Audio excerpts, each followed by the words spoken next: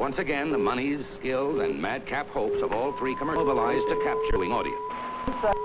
Down, ready, black, and up 1-3. NBC Week.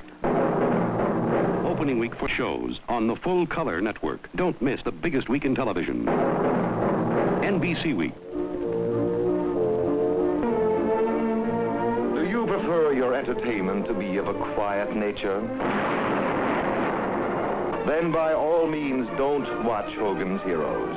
There's just too much going on.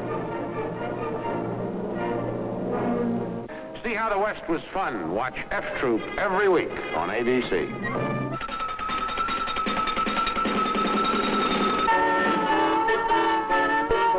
This fall, watch programs that are a choice, not an echo, on NET, National Educational Television. Once the shows had faded out, critics took pen in hand to perform their seasonal act of genocide. Terence O'Flaherty, San Francisco Chronicle. Television now finds itself in a tough spot because they have encouraged mediocrity, and they've got it. And they've got the audience, which is worse. They've got the audience that is undemanding, the audience that will take mediocrity without a question. Critic Bill Greeley, Variety. I did my own survey, upon which I based a story in Variety, and I had various people. They all happened to be TV executives themselves. They labeled it a pulp grind, a comic strip, a supermarket, and one called it just plain garbage. Critic Percy Shane, Boston Globe. Television is moving toward infantilism so fast that soon the 4-year-old viewer may be the norm they are shooting for. It used to be the 12-year-old. Last year it was on about an 8-year-old level. And now with Batman and a whole slew of comic strips that will follow in its wake, maybe the standard will be halved again. No cows were held to be sacred, not even educational television. Larry Laurent, Washington Post. One of the problems with NET has been a lack of money, naturally, and the second fault has been the tendency to go wide with great big problems, to avoid the specific aspects of the problem and to suggest solutions for those problems. The generalized studies seem to get nowhere, really, except to give you some idea about what the problem is, not how to deal with it, not how to solve it. National Educational Television presents At Issue, a commentary on events, people, and ideas. At Issue this month, what's happening to television?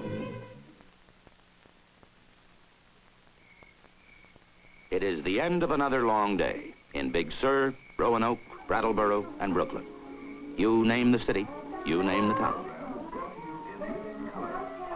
On this ordinary, passive evening, very few are reflecting on the classic struggles of life and death and the enemy within us. Rather, we're reflecting upon Hogan's Heroes, the Beverly Hillbillies, and the Dean Martin Show.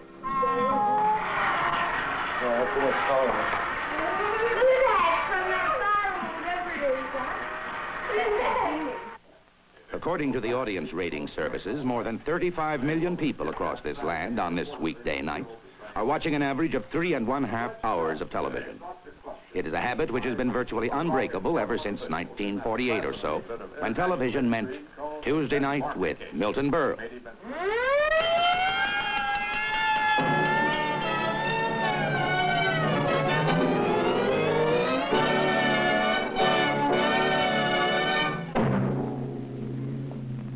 And now, ladies and gentlemen, introducing America's #1 television star, who just returned from California, Milton Berle.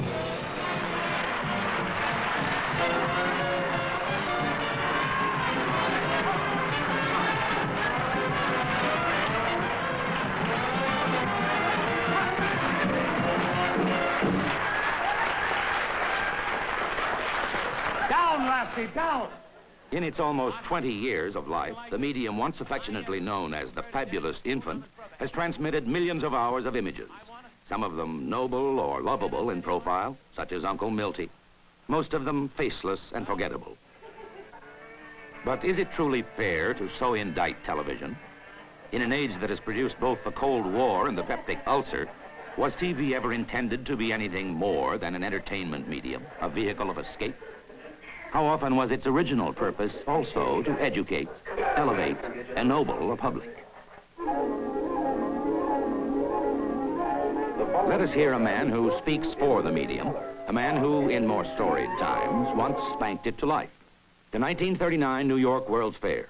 General David Sarnoff introduces a new art form called television. It is with a feeling of humbleness that I come to this moment of announcing the birth in this country of a new art so important in its implications that it is bound to affect all society.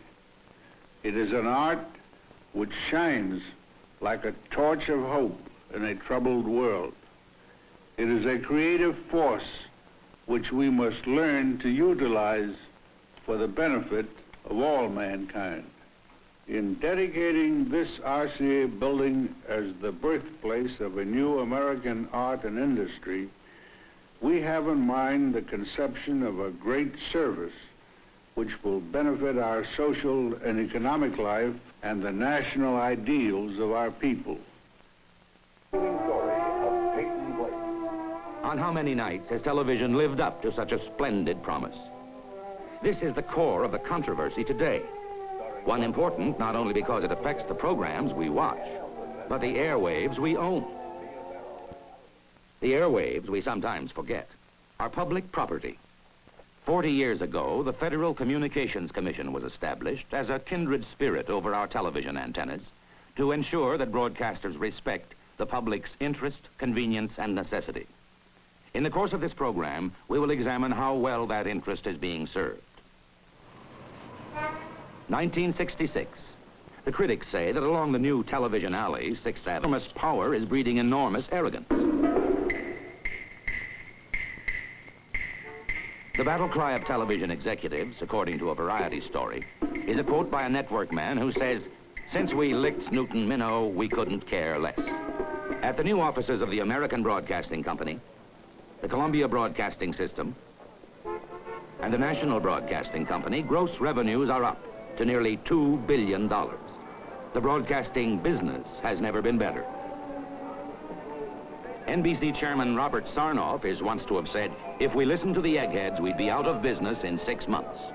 For the current season, network prime-time evening schedules show 72.5 hours a week of situation comedy, adventure, and spy episodes versus a solitary hour a week of regularly scheduled public affairs. Traces of radioactivity found among Spanish police looking This for... is beyond newscasts or infrequent specials, and beyond the Sunday ghetto where most public affairs shows are now buried.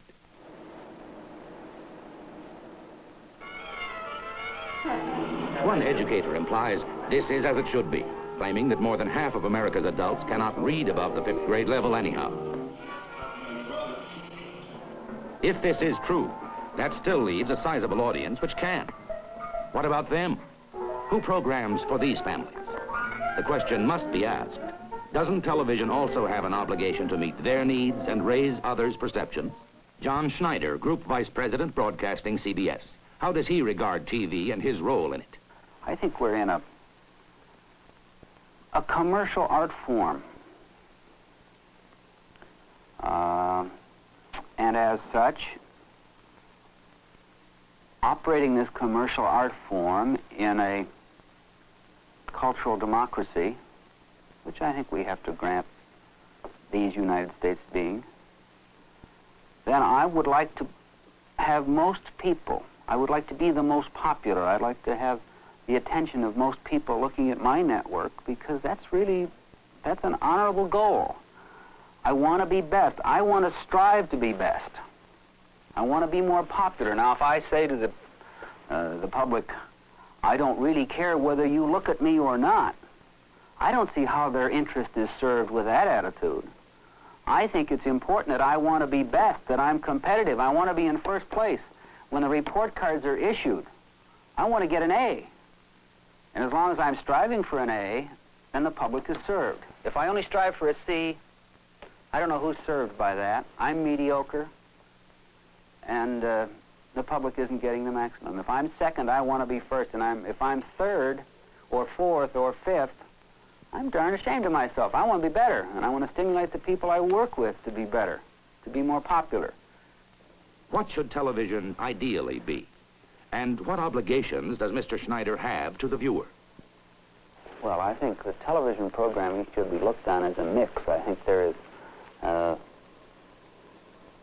the head of the household acquired a television set for his home as an entertainment medium. He bought it to be entertained. And primarily, I think it's our job to entertain him.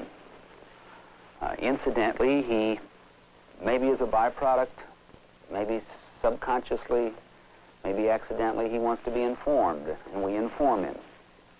We inform him in many, many ways. We inform him clearly in news and weather and sport and information programs designed to inform. But we also inform him and his family in programs like Captain Kangaroo. We inform him in many ways in a program like Password. Across the street at ABC, President Tom Moore defined his obligation to minority programming needs this way. We are in a development stage of television and have been since our very inception. We are adolescents.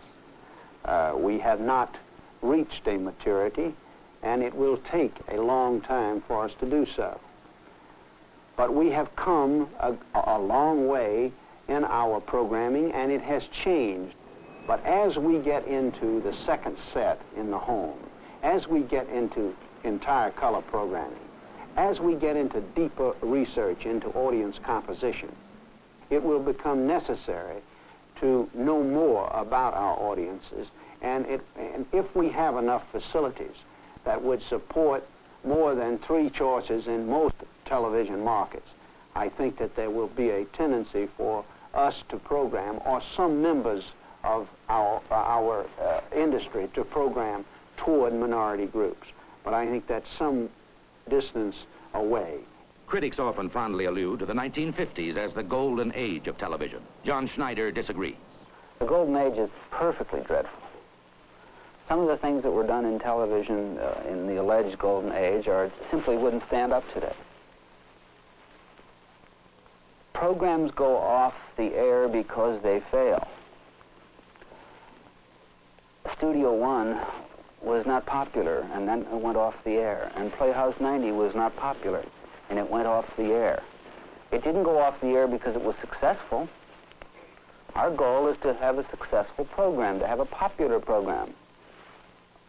The critics have been terribly short-memoried, if you will, because Playhouse 90 was on every week, and we found that the creative well ran dry, so it went on every other week in an effort to keep it on. When that failed, we tried to keep it on as a special, as an approximately once a month. We irregularly programmed it the following year. We tried to keep Playhouse 90 on. We couldn't get material. And I must say, if this program had the time, and unfortunately it doesn't, I would be delighted to read some of the old criticisms that these very critics now say, give me back the wonderful Playhouse 90. They wrapped it and wrapped it and wrapped it and drove it off the air, along with the lack of audience. But zoons, what's this all about? Worthington Minor, the celebrated former producer of Studio One, takes quite another view of who killed drama. Today, as president of the American Academy of Dramatic Arts, he works with young actors and on occasion answers questions about television's era of live drama. What do you say? Okay. How and why did Studio One end? How and why did it end? Oh, it's a very simple thing. Up until the time when I left and went over to NBC, the control of that program was entirely in the hands of the network. The moment the advertising agency got control of that program, it began immediately to go downhill and never stopped until it just disappeared. And clear evidence of the fact that what they believed was going to increase the appeal and increase the rating of the show turned out to be a cumulative disaster. And I think this happened to a good many shows for different circumstances, not perhaps the fact that a person left as I did, but the fact that advertising agencies put the screws on and got their hands in the control. And at that point, programming began to decline in quality and in excitement.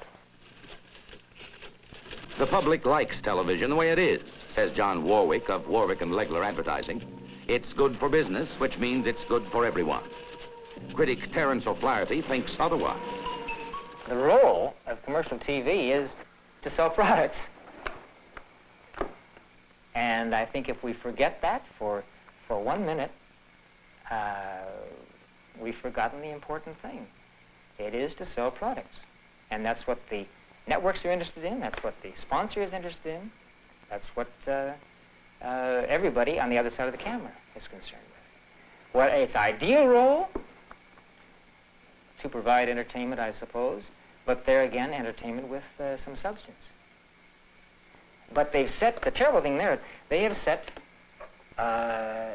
mediocrity because as their ideal, because they're selling products. They want the lowest common denominator.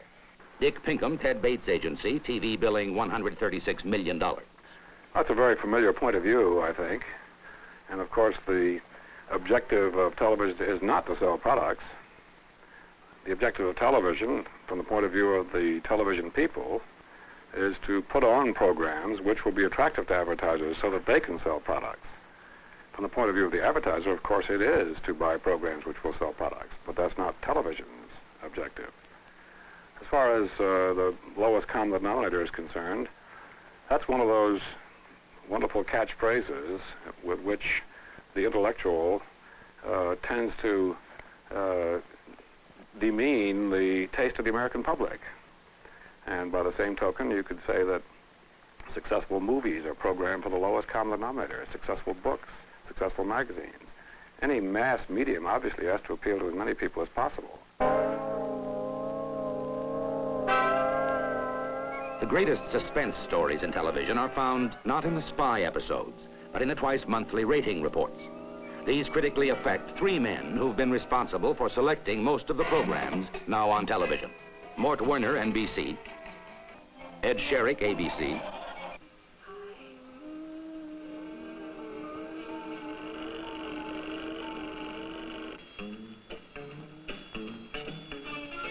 and at CBS, screening a program that found favor among the critics but not atop the rating charts, CBS programming executive Mike Dant.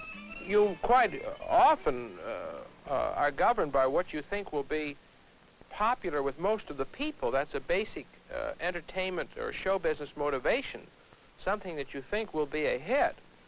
Now, what you really want to do is combine something you think is a hit at the same time doing something that you think points up or is of quality, if possible.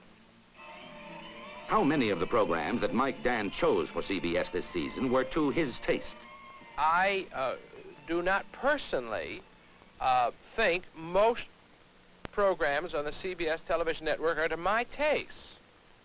But that goes for most books, for most newspapers, and for most magazines. They're not to my taste. I have some favorites. I have 5 or 6 favorites, which I look at very regularly, and I look at the others for professional reasons. But I do not look on the basis of enjoyment or for information or communications from the medium itself to most programs.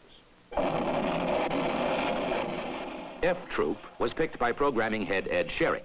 Though he left April 1st for independent production, ABC says his statements still speak for the network. We program 7 nights a week from 7:30 till 11 o'clock. Our needs are, again, in my area specifically, because I work in conjunction with news, with public affairs, our needs are to provide the most variegated entertainment schedule our talents and the creative talents of the people we work with will allow. We have operated against a maxim in evaluating every program. That maxim is, does it contain a touch of singularity? How many of his recommendations did he personally enjoy? Well, if they're done well, I enjoy all of them.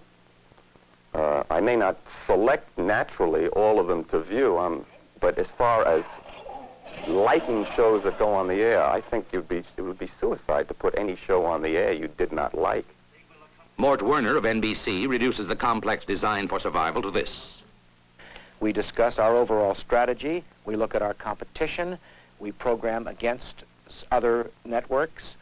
We select the programs we think have the best organized staff and the best possibility of doing well.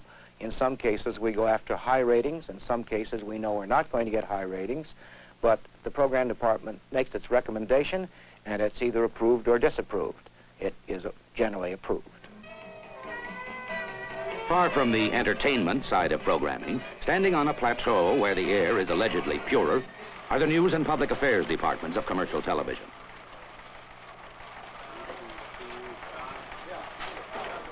What's happening to this kind of television? It appears that while straight news coverage has had an ambitious increase in terms of expanded nightly and weekend newscasts, there's been a parallel shortage in the area of hard analysis. It has been charged that coverage of Vietnam and other major issues have failed to provide insight and perspective, that documentaries seldom if ever take a point of view, and that most nonfiction programs are so vacuous they've become mere extensions of evening fun shows. In February, these issues were joined in an historic clash between the imperatives of entertainment and information. CBS News President Fred Friendly resigned when John Schneider, who oversees the network, ran I Love Lucy rather than the Senate hearings on Vietnam. Mr. Schneider said the housewives wouldn't be interested, that the public would be better served by a 20-minute summary later that evening. Said Friendly in his resignation letter, the decision not to carry the hearings was a business, not a news judgment. Mr. Friendly took issue with Mr. Schneider's argument that the housewife wouldn't be interested. Referring to the network which that day covered the Vietnam hearings, he asked, why were NBC's housewives interested? He then quoted this from a speech made by Ed Murrow back in 1958, which he said spelled it all out.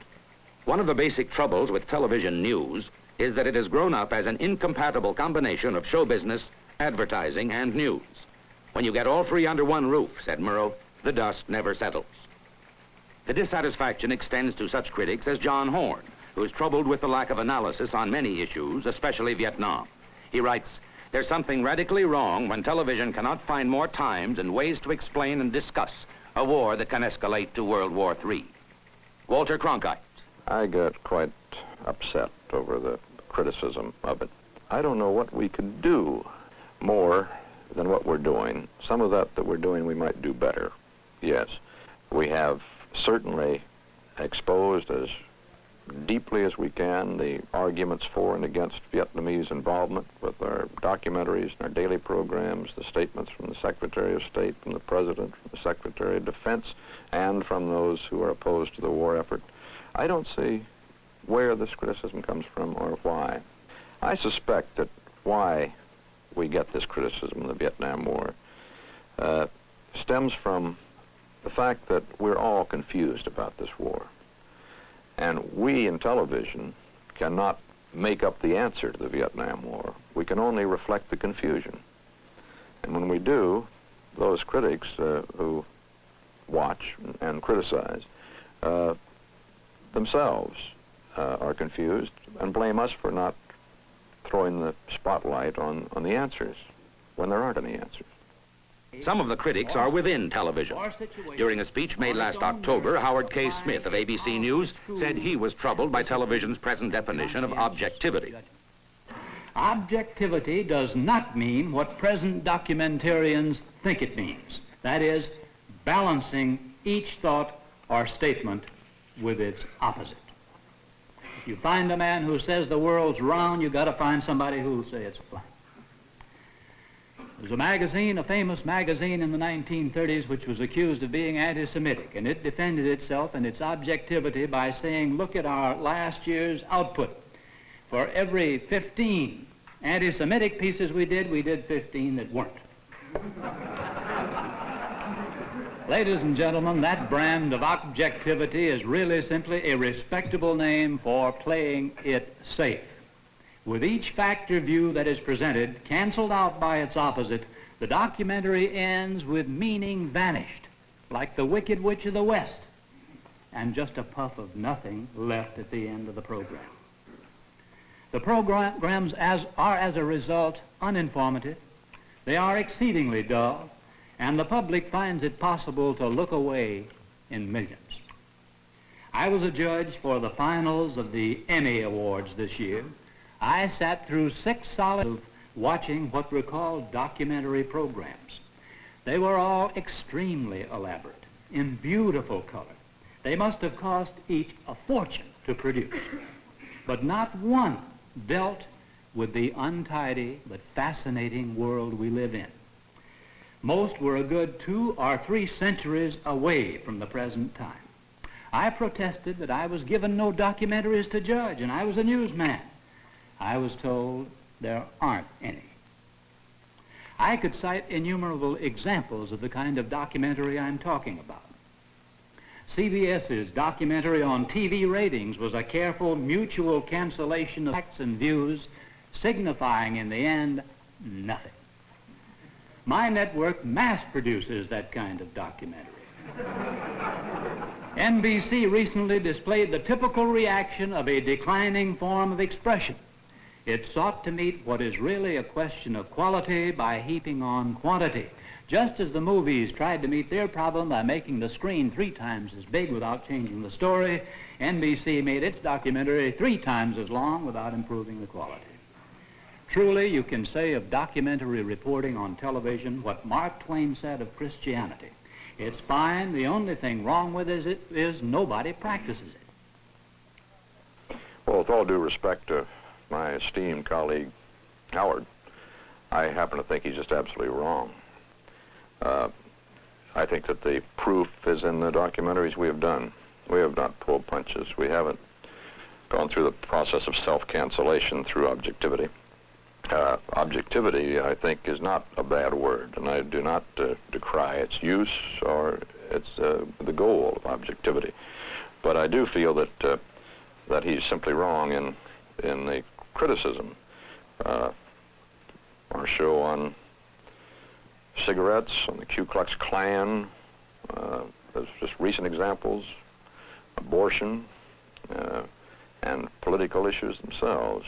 We don't. I don't think that we self-cancel. The New York headquarters of NBC News, which bills itself as the world's largest broadcast news organization. Vice President Reuven Frank. I know. His credits include the documentary The Tunnel and stewardship of the Huntley-Brinkley Report. In response to Howard K. Smith, Mr. Frank feels objectivity is a useless word. He prefers responsibility. He was asked, should documentaries take a point of view? The film can't take a point of view. The editing might. The commentator, of course, can. If there's something he thinks he ought to say, and if he's one of those guys who has a license to say it, this is another thing. There are thousands of people on television. You want them all blatting their opinions? How about some facts? I think he ought to. How often do NBC newsmen editorialize? Brinkley does it very rarely. Huntley does it a little oftener. But I think if they did it all the time, they, of course, you wear the tolerance of the audience. They're not always looking for an editorial page. Television, at its best, is a narrative medium. Television does one thing that no other medium can. It transmits experience. It tells people how a situation feels. Television has, because everybody watches it, a responsibility to cover stories, to air discussions that it is not ideally suited for, perhaps. But, coming back to Smith and objectivity, he is stating objectively a highly subjective view. He would like to be able to say more. Maybe he ought to, but that's not an argument about objectivity in documentaries. But many hold it is the heart of the argument. They charge that when it comes to hard commentary, analysis, or interpretation, we are indeed in an era of no-guts journalism. In fairness, it should be noted that this season has seen a new program development, the Public Affairs Game Show, which threatens to test everything in sight, including our patience. Critics bemoan the lack of hard, sustained analysis on television today. Said Jack Gould, we deserve assessment in the tradition of such giants as Elmer Davis and Ed Murrow. The Russian demand that British troops be withdrawn from Greece is only a move in the propaganda campaign against the British. 1933's unemployment, September at Munich, December 7th at Pearl Harbor, 9/15 over Hiroshima, We're all part of the identical moment. What's happening to television? The machine has succeeded human judgment. Odometers and transponders and data processors, the sterile hardware of the rating services, now make programming decisions. Through an electronic vaudeville act, the ratings purport to tell us how many Americans are watching a given entertainment or news show. This in turn affects the egos and pocketbooks of those in the industry, as well as the programs that appear or vanish on our sets. The major rating service is the Arthur C. Nielsen Company. Every 2 weeks, by means of a gadget attached to the samples the viewing habits of 1,100 families, claiming this represents the choice of 55 million families. Networks and ad agencies then read the charts and act accordingly. Arthur C. Nielsen, Jr. Well, we must remember that television is a commercial system, as we know it in the United States. And when the networks use ratings, they are really, I think, doing quite a service to the public by finding out the types of programs which the public really enjoys, what they like and what they don't like. As far as our company goes, we take no position on this matter.